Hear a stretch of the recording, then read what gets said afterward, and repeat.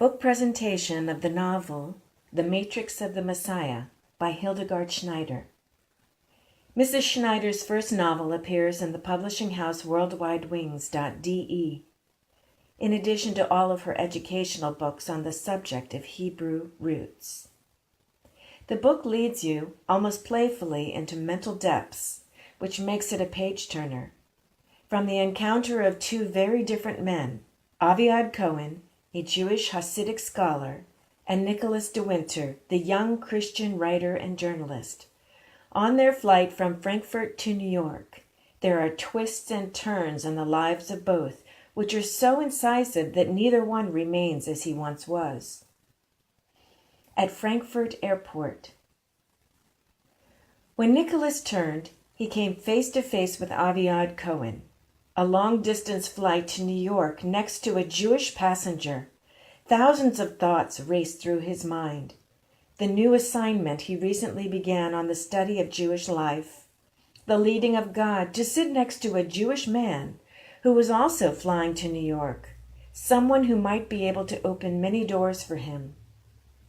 Boarding for passengers rows 5 through 30, sounded from the loudspeakers. It was for them. He let Cohen go before him, since he was old enough to be his father. With his black clothes, his black hat, his long beard and side locks, he stuck out from all the other passengers. Thinking back, De Winter couldn't recall how the conversation with Cohen got started. It was buried in some dark void in his memory. However, he knew for sure that it was by the hand of God. During the flight, Cohen shared with De Winter that he and most of his family lived in Brooklyn. He spoke proudly about his 5 sons and 3 daughters, saying that his oldest son, Yehonatan, lived in France, and his oldest daughter, Alisa, in Switzerland. The other children were in Brooklyn, Washington Heights, in the northern part of Manhattan. One of his daughters, he continued, was married to a Russian Jew, and they lived in Brighton Beach, near Brooklyn, also called the Little Odessa. Cohen continued explaining that today the Russian community constituted a quarter of all Jews in New York, approximately 325,000 people. De Winter thought he was dreaming. His book was starting to take shape before his eyes in a very tangible way. Aviad Cohen watched his neighbor intently. As he told the young man how Reform Judaism in New York had separated many Jews from their roots, and that the number of intermarriages between Jews and Christians had grown at an alarming rate in recent years. De Winter became a little uneasy. As he listened to Cohen, he thought of his own life. He was a single man in his 30s, and from his perspective, still had plenty of time to get married. He was young and loved his life and his freedom. For him, God was love and the creator of it. Through Jesus, he had become a child of God and was enjoying the wonderful freedom that came with it. To his own amazement, De Winter heard himself ask Cohen if he knew that Jesus was the Messiah of the Jews. Hastily he added that he was certainly aware that many Jews reject Jesus as the Messiah. But, he added, what if it was true? This afterthought took root in Cohen's heart and would not let go. It echoed in the depths of his soul. What if it was true? What if it was true? The spirited conversation began to falter, as if a cloak of silence had spread over the two diverse men. Cohen looked at De Winter. He was a good-looking young man, blond with blue eyes that at times seemed to have a green glow. His smile was warm and disarming. There was something about him. It looked like he was not married yet. Strange. No, the Jesus of the Christians could not be the Jewish Messiah. Being blond and blue-eyed, as he was portrayed in many pictures, just did not fit. Furthermore, my people are waiting for 2 Messiahs, one called Moshiach ben Yosef and the other Moshiach ben David. Ben Yosef represents the Messiah as a suffering servant, while Ben David embodies the Messiah who will rule and reign. Well, too many opposites and different opinions seem to cross this first encounter, but there remains a connection between them, which paves the way for further encounters in New York. Ultimately, both men end up in Israel, in Jerusalem. Once there, profound changes begin for both as they make their way together through the Torah, the Tanakh, and the New Covenant. Later in Jerusalem, after a very restless night, Nicholas tried to concentrate on his Hebrew lesson. At noon, his teacher went out and Aviad came in. They essentially handed off the doorknob to each other. This could get very interesting, Nicholas thought to himself. Aviad had 2 big bags in his hands. He had a falafel for both of them in the one, and fruit and delicious pedophores in the other.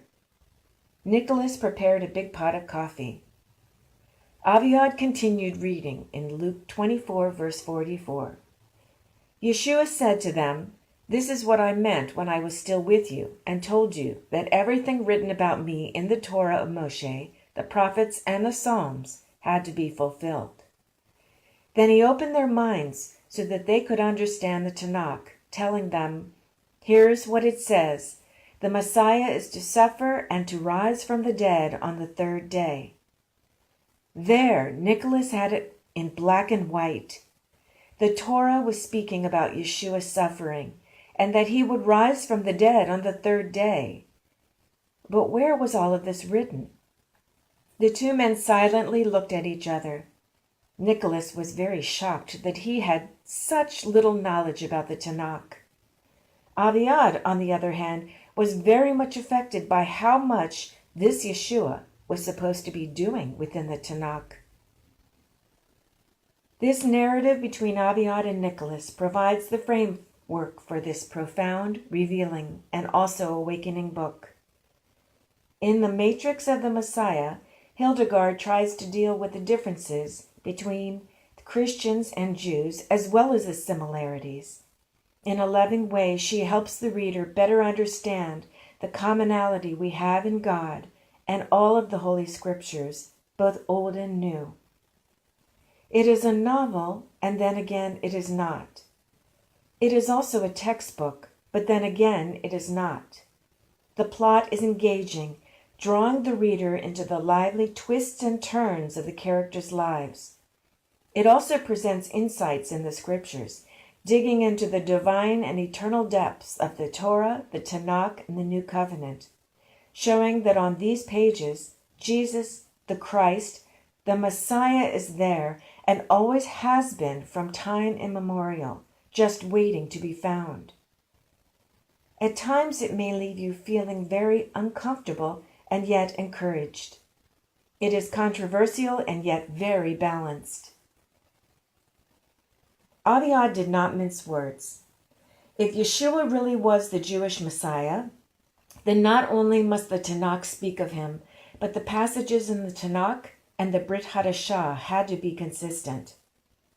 Yeshua himself had explained to his Talmudim that the things that were written about him in the Tanakh could be found, beginning with Moshe, all the way to the prophets. That's in Luke 24, verse 27. Aviad continued eagerly, and in Tehillim, that is in the Psalms, in chapter 40, verse 7, it is written, "So then I said, Behold, I'm coming. In the scroll of a book it is written about me." As a result, I started to look for supporting evidence. In the Brit Hadashah, in the 1st chapter, Revelation, in verse 8, Yeshua says of himself that he is the Alpha and the Omega. This statement from Yeshua was an eye-opener to me. Nicholas, do you realize what that means? If what Yeshua said is true, then he is describing himself as the Aleph and the Tav, which is Hebrew for Alpha and Omega. And do you know where we can find this insertion of Aleph and Tav in the Tanakh? In Hebrew, the first sentence of the first chapter of Bereshit says, Bereshit bara Elohim et hashamayim vayet haaretz. Without the omission of et, the sentence would look like this in English. In the beginning, Elohim made et, the heavens, and et, the earth. This Aleph Tav insertion, the et, is an indication of Yeshua. He himself is the Aleph and the Tav, like he says about himself in the book of Revelation. Nicholas recalled his first Hebrew lesson. Now the mystery was solved. The et, that at that time made no sense to him in that position, points to Yeshua. It shot out of him. So it literally means that the Aleph Tav, Yeshua, created heaven and earth.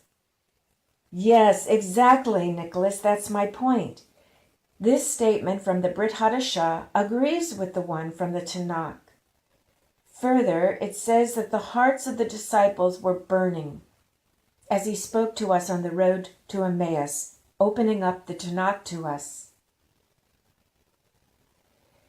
Mrs. Schneider succeeds in showing that ancient book, the Bible, is neither dusty nor incomprehensible, but on the contrary, it is very alive and up to date. In her book, she endeavors to reconcile people and build understanding, to unite those who have been separated for thousands of years. A very, very valuable book that can be recommended warmly to honest seekers.